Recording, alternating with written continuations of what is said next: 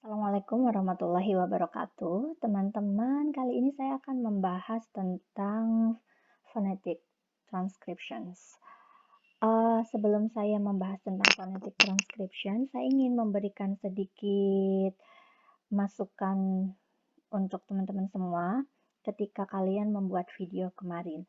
Jadi banyak yang membaca I will pronunciations. Jadi bukan pronunciations ya, bukan I will pronunciations, tapi I will pronounce. Karena pronunciations itu artinya adalah saya pengucapan. Jadi kalau kamu bilang I will pronunciations, berarti saya akan pengucapan. Gitu. Jadi kamu bilangnya I will pronounce. I will pronounce. Your pronunciation is good because you can pronounce the word correctly. Seperti itu. So, basically, phonetic transcriptions itu digunakan ketika kita belajar phonology, phonetics and phonology, karena terutama dalam bahasa Inggris ya, ortografi atau bentuk tulisan itu sangat berbeda dengan bagaimana cara membacanya. Let's say kamu punya kata ini, secara ortografi, secara tulisan itu deficit. Tetapi kalau kita baca, bukan deficit, tetapi cara membacanya adalah devised. Nah, di phonetics and phonology yang akan kita bahas adalah tentang bagaimana kita mengucapkan, bagaimana kita memproduksi bunyi-bunyi tersebut. Karena antara tulisan dan cara baca itu berbeda, maka kita sangat memerlukan yang namanya phonetic transcriptions untuk mempermudah ketika kita membaca dan memahami sounds dalam bahasa Inggris. So, kita mulai dengan sejarah dari phonetic transcriptions. Ada yang dikenal dengan namanya International Phonetic Associations, International Phonetic Alphabets. Jadi, IPA merupakan sebuah simbol fonetik yang digunakan secara internasional, simbol terstandar untuk merepresentasikan bunyi di semua bahasa, entah apapun bahasanya. Setiap bahasa memiliki beberapa bunyi yang boleh dibilang hampir sama. Misalnya semua bahasa punya sounds b. Nah, kita akan menggunakan sounds tersebut. Ada juga beberapa sounds yang unik, yang hanya dimiliki oleh bahasa tertentu, tidak dimiliki oleh bahasa yang lain. Nah, untuk bisa memahami atau untuk bisa mengetahui bunyi-bunyi tersebut, maka diperlukan yang namanya IPA. Ahli bahasa atau linguist mencoba untuk kemudian bagaimana menyeragamkan bunyi-bunyi tersebut sehingga semua orang atau semua ilmuwan bisa mempelajari bunyi-bunyi dari semua bahasa. Hingga akhirnya dicetuskanlah yang namanya International Phonetic Associations. Jadi, simbol ini digunakan oleh para ahli bahasa ketika mereka akan menganalisis phonology, phonetics, tentang bagaimana sounds are produced, sounds are pronounced. Misalnya dalam sebuah bahasa, kita gunakan IPA. Kalau kalian misalnya sudah memahami IPA bentuknya seperti apa saja, maka diharapkan kamu tidak akan memiliki kendala ketika melihat kamus, kemudian kamu mencoba untuk membaca kamus, bagaimana sebuah kata itu diucapkan. Kita bisa langsung memahaminya dari simbol yang ada. IPA ditemukan pada tahun 1886 oleh sekelompok ahli bahasa, sekelompok guru bahasa di Perancis dan Inggris. Kemudian alfabet itu terus dikembangkan hingga akhirnya digunakan dan menjadi uniform, menjadi seragam untuk semua bahasa. Jadi kamu mau belajar bahasa Swahili, bahasa Tagalog dan sebagainya, kita akan menggunakan IPA karena memang IPA itu adalah simbol termudah untuk kita bisa memahami konsep bunyi dari sebuah bahasa. The idea of making the IPA pertama kali itu dicetuskan oleh Otto Jefferson, kemudian oleh Paul Passy, kemudian lagi dikembangkan oleh Alice Henry. Jadi terus mengalami perkembangan dan hingga akhirnya tahun 2005 sudah completely revised. Dan apakah tidak direvisi lagi? Oh, pasti akan direvisi lagi. Yang namanya ilmu bahasa itu dia selalu mengikuti perkembangan zaman. Jadi bahasa itu akan selalu terus berkembang. Tidak hanya dari segi kosakatanya, tetapi juga dari segi sounds yang diproduksi.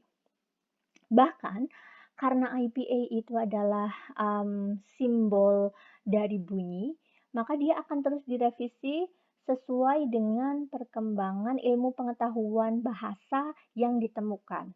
Let's say misalnya tahun 2020 belum ditemukan bahasa di daerah Alor. Kemudian tahun 2021 peneliti bisa menemukan sistem bahasa atau bisa mendeskripsikan sistem bahasa Alor.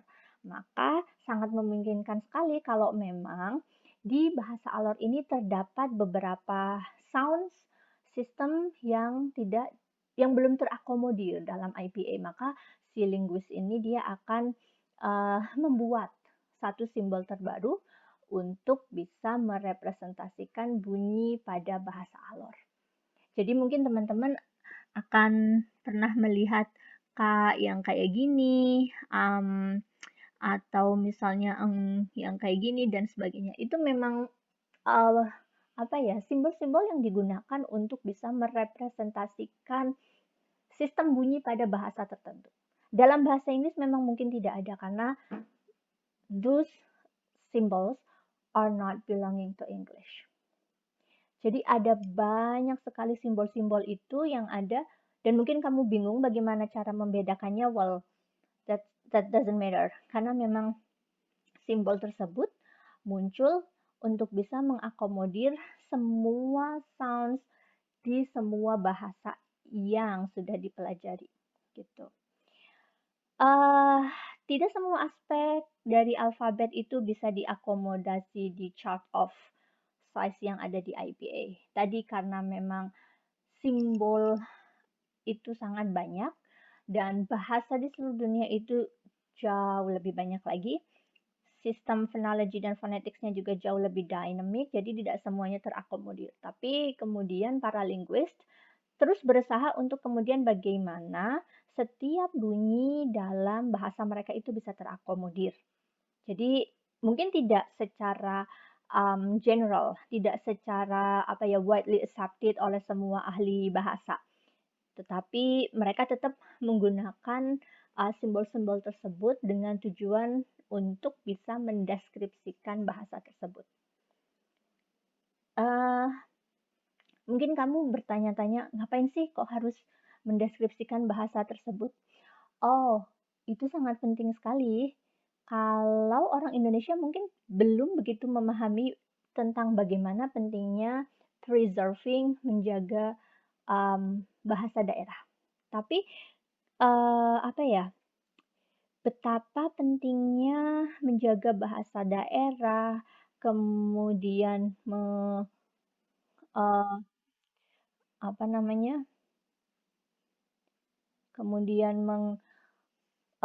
menguasai atau bisa mendeskripsikan bahasa daerah itu sering dilakukan oleh ahli-ahli bahasa terutama dari Eropa. Seperti dari Jerman, dari Belanda, itu mereka sering sekali mereka mendeskripsikan bahasa dari bahasa daerah di Indonesia. Kenapa? Karena memang bahasa tersebut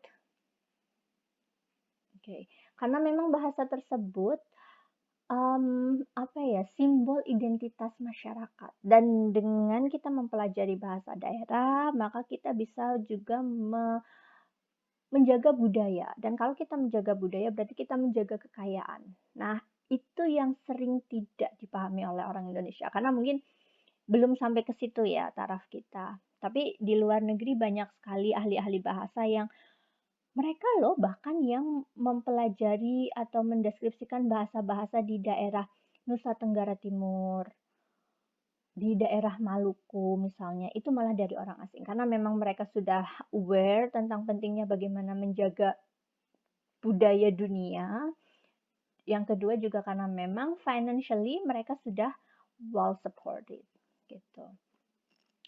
Oke, ada beberapa symbols dari IPA yang widely accepted. Maksudnya memang secara konvensional dia diakui. Meskipun tidak menutup kemungkinan hanya ini saja. Ada banyak simbol-simbol yang lain yang meskipun memang kalau boleh dibilang itu not widely accepted. Ada 107 huruf yang merepresentasikan konsonan dan vowels. Kemudian ada 31 diacritics. Kita dalam bahasa Inggris atau bahasa Indonesia nggak punya diacritics. Jadi diacritics itu biasanya ini di bahasa-bahasa tertentu seperti bahasa Jerman dan bahasa Perancis. Lalu ada 19 additional signs yang menunjukkan suprasegmental qualities seperti length, tone, stress, and intonation. Itu biasanya dipakai untuk bahasa-bahasa China. Jadi kalau di bahasa China itu, satu kata akan menunjukkan bentuk atau makna yang berbeda, totally different, ketika suprasegmentalnya itu berbeda. Ketika tone-nya beda, stress-nya beda, intonations-nya beda, itu maknanya totally different. Bukan seperti bahasa Indonesia atau bahasa Inggris yang kalau misalnya saya bilang, kamu udah makan sama kamu udah makan. Nah, enggak cuma seperti itu. Tapi kalau di bahasa Cina itu ada misalnya apa ya? Aduh, saya nggak bisa bahasa Cina sih. Misalnya oke, let's say misalnya kita bilang ni hao sama ni hao. Nah, itu maknanya akan beda. Maknanya bisa jadi meskipun saya nggak tahu artinya apa ya. Artinya itu bisa misalnya kayak rumah sama pagar sama makan. Nah, itu totally different. Jadi satu kata dengan length, panjang kamu mengucapkannya, kemudian tone, intonasinya berbeda, stressnya berbeda, ni hao, kayak gitu. Atau intonationsnya berbeda. Itu maknanya akan beda. Nah, itu ada di beberapa bahasa China. Nah, untuk bisa mengakomodir hal-hal tersebut, maka IPA kemudian membuatkan 19 additional signs. Nah, then full capital letters are not used as IPA symbols. Ingat, kalau kalian akan membuat IPA symbol, menuliskan IPA symbol, maka jangan sekali-kali menulis dengan menggunakan huruf besar. No, nggak ada sama sekali. Kamu nggak bisa nulis misalnya kayak gini, book. Well, that's wrong, karena kita nggak menggunakan huruf besar ini, tidak menggunakan capital for IPA symbols. Oke, jadi kita nggak menggunakan huruf yang seperti ini. The next one is, that's bad. Phonetic alphabet. So, ini adalah beberapa phonetic alphabet yang dimiliki oleh bahasa Inggris, North American English. Saya akan lebih sering menggunakan North American English. Maksudnya, North American itu berarti bahasa Inggrisnya Amerika Utara, let's say the United States or Canada. Karena memang menurut saya jauh lebih mudah kita mempelajari kedua hal tersebut ketimbang kita mempelajari British English. Karena apa? Karena menurut saya exposure yang kita dapat itu jauh lebih banyak dari North American English. Kamu lebih sering mendengarkan musik-musik dari North American, Hollywood, filmnya yang ditonton, atau wall entertainment-nya memang kita akan lebih sering menggunakan North American English. Jadi kamu akan jauh lebih familiar dengan North American. And second, kalian juga akan merasa bahwa North American English jauh lebih mudah untuk dipahami. Jauh lebih mudah untuk dipronounce. Karena memang dia sederhana, simple. Gitu. Gampangannya kalau orang Jawa itu kamu akan lebih mudah ngomong pakai bahasa Jawa Inggil, bahasa Jawa Inggil yang ira kita dan sebagainya, ketimbang kamu menggunakan bahasa Jawa Kromo, kulo, dalam, sampean. Nah, itu pasti akan susah. Itu sama sih dengan konsepnya North American English. Well, I must say North American is so much familiar with the people. They don't have any problems with this. Meanwhile, British English itu meskipun bagus ya, saya juga suka sekali mendengarkannya. It's quite complicated. I mean, it's quite complex to pronounce and so on. Well, ini adalah konsonannya. Nanti bisa kalian pelajari lagi. Ada p, b, b, dan sebagainya. Oke, ini c, j, c, j, church, jam. Okay. Well, saya rasa kamu sudah sedikit belajar ini ya kemarin pada saat kalian membuat video. So, tidak hanya bisa kalian pronouncing konsonan ini, simbol-simbol dari consonants ini, tapi kalian juga perlu untuk bisa menghafal, memahami, dan bisa mengidentifikasi setiap sounds dengan simbol-simbol tersebut. Kalian harus bisa paham itu. Karena nanti kalau misal kamu sudah bisa, kamu sudah memahaminya, well let's say suatu saat kemudian kamu membaca kamus, kamu tidak bisa mendengarkan bagaimana cara membacanya, karena tidak bisa mendengarkan audio misalnya, kamu tetap bisa guessing atau menebak bagaimana kata tersebut dibaca dari melihat simbol seperti ini. Okay, you got my point. The next one is vowels. Nah, berbeda dari bahasa Indonesia yang hanya memiliki 6 vowel A, I, U, E, O, E. Kalau dalam bahasa Inggris kita punya more, kita punya banyak sekali.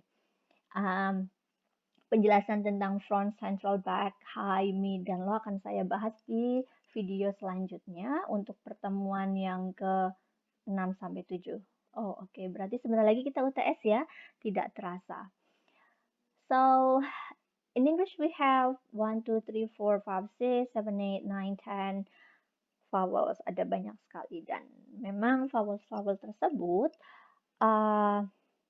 digunakan untuk setiap kata yang berbeda. So, jangan sampai salah ketika kalian mengucapkan kata-kata tersebut.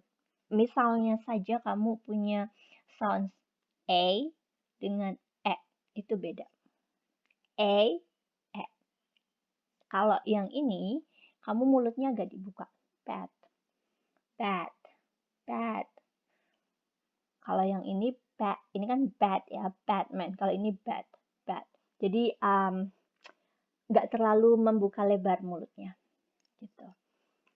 Oke, nanti bisa dipelajari nanti di next sessions tentang bagaimana sih consonant and vowels. Well, ini beberapa diakritics. Biasanya ada di bahasa Prancis, Jerman, dan kita tidak memiliki ini, terutama di bahasa Indonesia atau bahasa Inggris. So, we just keep it. Oke.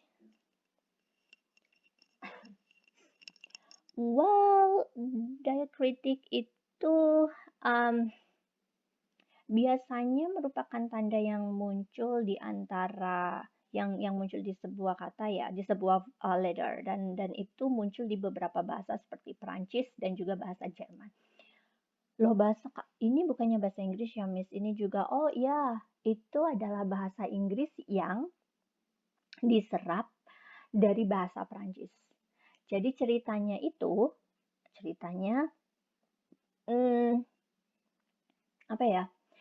Inggris itu dulu merupakan negara yang pernah dijajah oleh negara Prancis, oleh kerajaan Prancis itu pada masa kerajaan. Lalu kemudian yang namanya sebuah koloni penjajahan itu tidak hanya menjajah dari segi politik, tapi juga dari segi budaya dan salah satunya adalah bahasa. Karena pada saat itu Prancis mendominasi Inggris, maka digunakanlah beberapa kata dalam bahasa Prancis seperti kata cafe, resume, masih ada banyak lagi. Tidak cuma bahasa Inggris ya, tetapi juga bahasa Latin. Misalnya kamu tahu sering mengatakan kata phenomenon, nah itu sebenarnya dari bahasa Latin. So, bahasa-bahasa tersebut diserap oleh bahasa Inggris. Kalau dalam bahasa Indonesia kita juga menyerap bahasa asing ya, seperti misalnya let's say kata apa sih? Oh no, no minggu, Jumat. Oke, Jumat itu juga kita serap sebenarnya bukan bahasa Indonesia, ya kan? Itu adalah bahasa Arab yang kemudian diserap ke bahasa Inggris, ke bahasa Indonesia, sorry. Dan masih banyak lagi. Jadi bahasa Inggris pun juga sama. Karena adanya pengaruh budaya dari Prancis, kemudian dipakailah beberapa kata yang dipinjam atau diserap ya ke dalam bahasa Inggris. So ini ada diakritik di sini, maka dia menunjukkan bahwa ini adalah simbol dari bahasa Prancis. And we don't really learn this karena memang kasus untuk diakritics dalam bahasa Inggris itu sangat jarang sekali ditemukan. Well, ini IPA consonant pulmonic dan kita tidak perlu membahas ini too much karena biasanya ini membahas tentang kalau pulmonic itu berarti pasangan. Ini tidak begitu banyak sih dalam bahasa Inggris, sorry. Kalau bahasa Indonesia kita punya yang namanya pulmonic. Misalnya ya kan itu kan pasangan dari N dan G. Kemudian kita juga punya nya. Oke. Oke, dan sebagainya. Kita dalam bahasa Inggris nggak punya ini, tapi kalau ang memang ada sih. Well, ada banyak sekali. Just keep it karena ini tidak spesifik dalam bahasa Inggris. Oke, well, yang perlu kalian ingat adalah bahwa ketika mempelajari IPA style, maka one symbol is per phone. One symbol is for one phone. Jadi misal ada simbol kayak gini, ada simbol kayak gini, dan ada simbol kayak gini. Berarti satu simbol itu akan digunakan untuk satu bunyi. Satu bunyi. Jadi nggak ada yang, oke, kalau bunyi ini simbolnya ini, kalau bunyi itu juga simbolnya ini. Nggak, tidak ada. Jadi semakin banyak simbol, semakin banyak sounds yang bisa dideskripsikan, dijelaskan, maka akan semakin banyak simbol yang dipakai. The next one is consistency. Consistency itu artinya berarti konsisten. Kalau sudah diakui atau sudah disepakati oleh ahli bahasa, maka ya sudah simbolnya seperti itu saja, tidak akan berubah-ubah. Atau tiba-tiba enggak pengen ganti simbolnya kayak gini, bosan No, tidak seperti itu. Jadi simbol show itu akan selamanya seperti ini. Because sifatnya adalah consistency. Menggunakan Roman characters, maksudnya huruf Romawi, tidak pakai bahasa Arab, tidak pakai Honochoroko, dan sebagainya. Dan menghindari diacritics.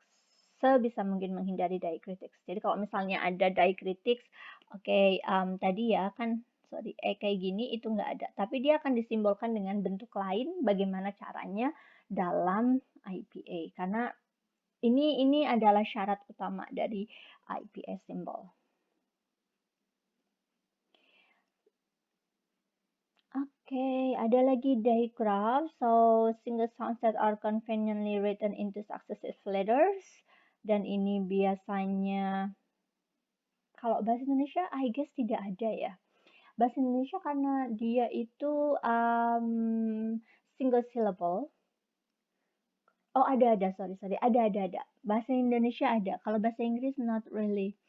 Bahasa Inggris juga ada sih. Sepertinya di banyak bahasa itu punya. Misalnya kalau bahasa Indonesia kita punya kroyok. Ya kan? Nah, ini namanya digraph. Jadi perpaduan antara single sounds yang terbentuk dari dua successive letter itu kroyok. Well, tapi mungkin boleh dibilang it is actually not digraph karena kedua sounds ini mereka bisa dipisah. Jadi kalau boleh dibilang bahasa Indonesia dan bahasa Inggris tidak begitu jelas pembagiannya apakah mereka memiliki digraphs atau tidak. Oke. Nah, yang terpenting yang harus kalian ingat adalah bahwa kita memiliki dua jenis transcriptions. Ingat ya, kalau kamu akan membuat transcriptions maka harus dikasih kurungan. Karena kalau nggak dikasih kurungan, nanti dia bukan transcriptions. Ada dua jenis tanda baca yang akan kalian pakai. The first one is yang seperti ini, dan ini adalah tanda dari allophone. Ini tandanya allophone. Allophone itu berarti variasinya fonem. Kamu boleh ngucapin satu sound dengan berbagai variasi, dengan makna yang berbeda. Lalu ada lagi slashes, seperti ini, dia untuk menunjukkan fonem. Ingat, kalau fonem itu berarti sudah merubah makna. Contohnya misalnya sounds pah, itu dia bisa menjadi allophone pah yang aspirated ada letupannya, or it is non-aspirated. Caranya seperti itu. Well, that's simple, I guess. Contrastive distributions. Kemudian yang selanjutnya adalah contrastive distribution. So, contrastive distributions itu adalah hubungan antara dua elemen yang berbeda, di mana elemen tersebut saling merubah makna. Kemudian ada lagi complementary distributions. Sebenarnya ini adalah pokok bahasan dari phonemes dan allophone.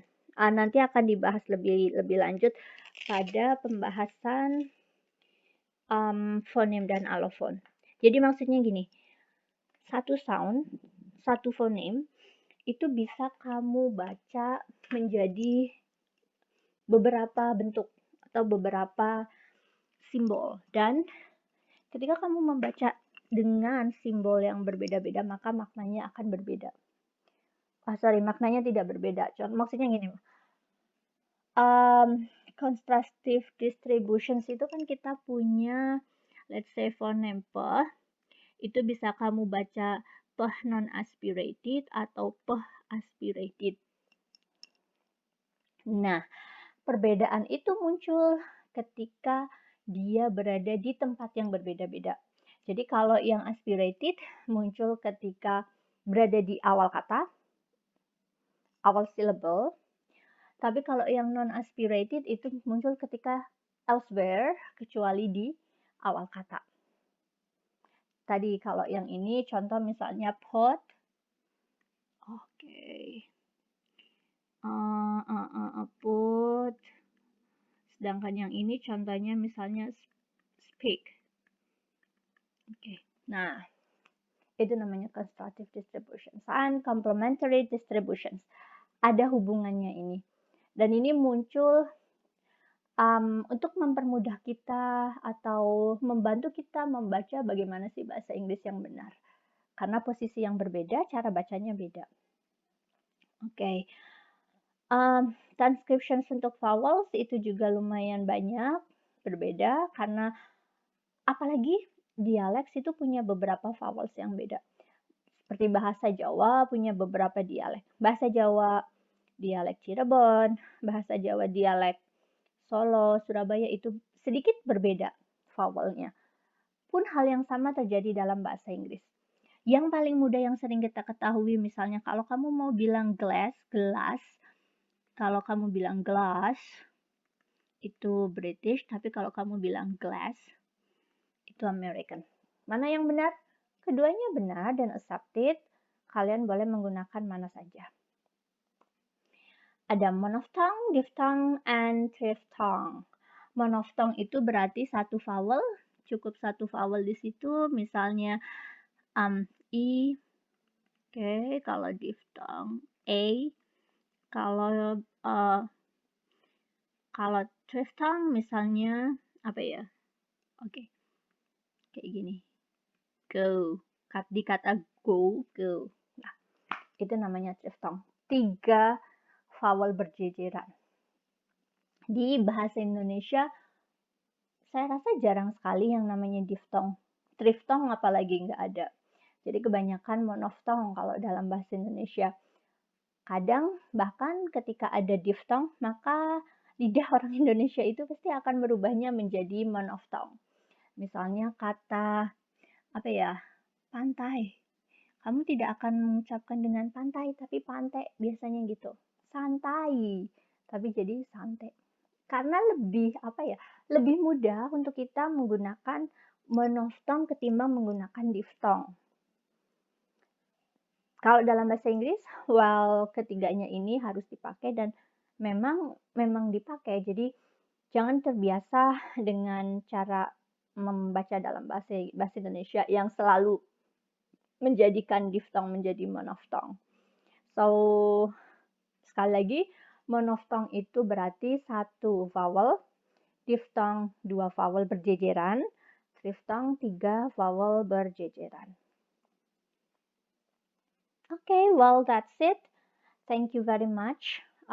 Semoga kalian menonton sampai akhir dan setelah ini kita akan belajar tentang vowel and consonants in English.